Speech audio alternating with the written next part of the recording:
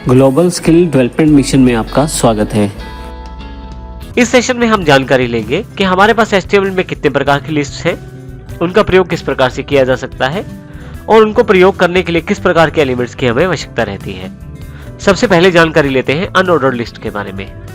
यहाँ पे हमारे पास स्क्रीन में ब्राउजर में एक एग्जाम्पल उपलब्ध है, अनऑर्डर्ड लिस्ट एग्जाम्पल। यदि आप यहाँ ध्यान दें तो हमने यहाँ पे कुछ इन्फॉर्मेशन को लिस्टिंग बना के प्रयोग किया है। जैसे यहाँ पे computer basics, practical accounts, languages, software training, इन सभी टॉपिक्स के लिए एक लिस्ट डिफाइन की है।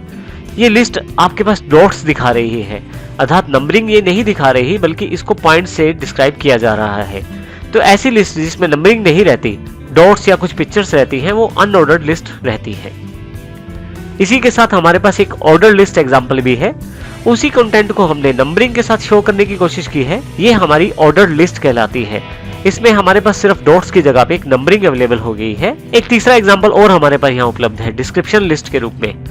डिस्क्रिप्शन लिस्ट में एक ऊपर की तरफ टाइटल दिया गया है, नीचे उसको थोड़ा सा डिस्क्राइब किया गया है। इसी तरह से दूसरा टॉपिक कंप्लीट ट्रेनिंग, फिर नीचे थोड़ा सा डिस्क्रिप्शन, तीसरा टॉपिक और तीसरा थोड़ा सा डिस्क्रिप्शन।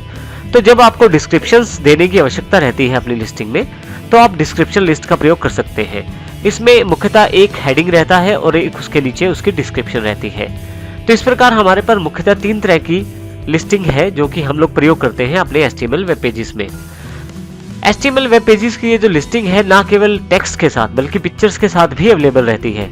अर्थात हम इन लिस्टिंग का प्रयोग अपने अनुसार कर सकते हैं कि क्या आप इसको अपने डेटा पे प्रयोग करना चाहते हैं, पिक्चर्स पे, टेबल्स में, किसी भी तरह के डेटा पे आप इसको प्रयोग कर सकते हैं। तो आइए सीखते हैं किस प्रकार से इन लिस्टिंग का प्रयोग किया जाता है और कौन कौन से एलिमेंट की आवश्यकता रहती है इन लिस्टिंग को अप्लाई करने के लिए। आइए अब इनको प्रैक्टिकल रूप में समझते हैं।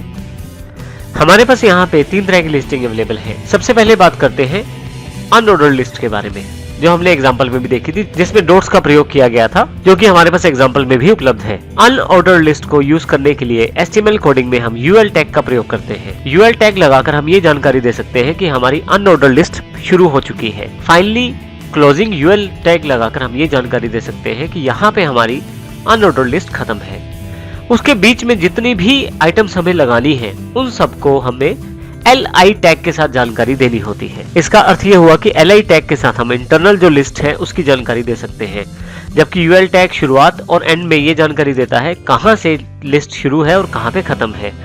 तो इसके लिए हम 2 टैग का प्रयोग करेंगे, UL और LI टैग। आप देखेंगे कि इसको 24.unordered लिस्ट में हम लोग एग्जाम्पल में देख सकते हैं। हमारे पास एक्सरसाइजेज में 24.unordered list.html के नाम से प्रोग्राम अवेलेबल है। मैं डबल क्लिक करके इसे खोल लेता हूँ, जो कि अनऑर्डर्ड लिस्ट का है और हमारे पास यहाँ अवेलेबल है। इसकी कोडिंग की जानकारी के लिए मैं यहाँ right click, edit with notepad++ के साथ इसका सोर्स कोड भी साथ में खोल लेता हूँ। आइए अब देखते हैं इनको साइड बाय साइड लगा के इनमें क्या डिफरेंस है और किस प्रकार से हम इनका प्रयोग कर सकते हैं। यहाँ यदि आप देखें तो हमारे पास एक तरफ ब्राउजर में अनऑर्डर्ड लिस्ट का एग्जाम्पल है, दूसरी तरफ हमारे पास HTML की कोडिंग भी अवेलेबल है।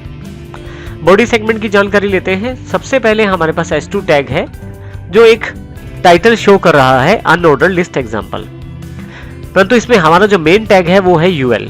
आप देखेंगे UL टैग को यहाँ से शुरू करके यहाँ क्लोज किया गया है, जो ये जानकारी देता है कि यहाँ से यहाँ तक UL लिस्टिंग रहेगी। अर्थात जितने भी एलिमेंट्स हैं वो सारे के सारे इस UL टैग के बीच में ही शामिल किए जाएंगे। UL टैग ऊपर वाला ओपनिंग टैग है और नीचे वाला जहां लिस्ट को हम बंद करना चाहते हैं वो क्लोजिंग टैग है। आप यहां देखेंगे कि इसमें जितने भी लिस्ट एलिमेंट हम जोड़ना चाहते हैं उन सबको LI टैग के अंतर्गत रखा गया है। एक LI ओपनिंग टैग है और दूसरा LI क्लोजिंग टैग है। इसके अंतर्गत आने वाली सभी एलिमेंट्स यहाँ लिस्ट एलिमेंट में दिखाई देंगे, जैसे कि यहाँ पे कंप्यूटर बेसिक्स को दिखाया जा रहा है। इसी तरह से अगले LI एलिमेंट्स के लिए प्रैक्टिकल अकाउंट्स, तीसरे के लिए लैंग्वेज और फोर्थ के लिए सॉफ्टवेयर ट्रेनिंग का यहाँ पे एग्जाम्पल दिया गया है। अब जितने भी हम एलिमेंट चाहे यहाँ से प्रयोग कर सकते हैं UL का प्रयोग करते हुए। तो आप जितनी लंबी चाहे उतनी लंबी लिस्टिंग बना सकते हैं, बस आपको LI टैग और प्रयोग करना है। जैसे कि उदाहरण के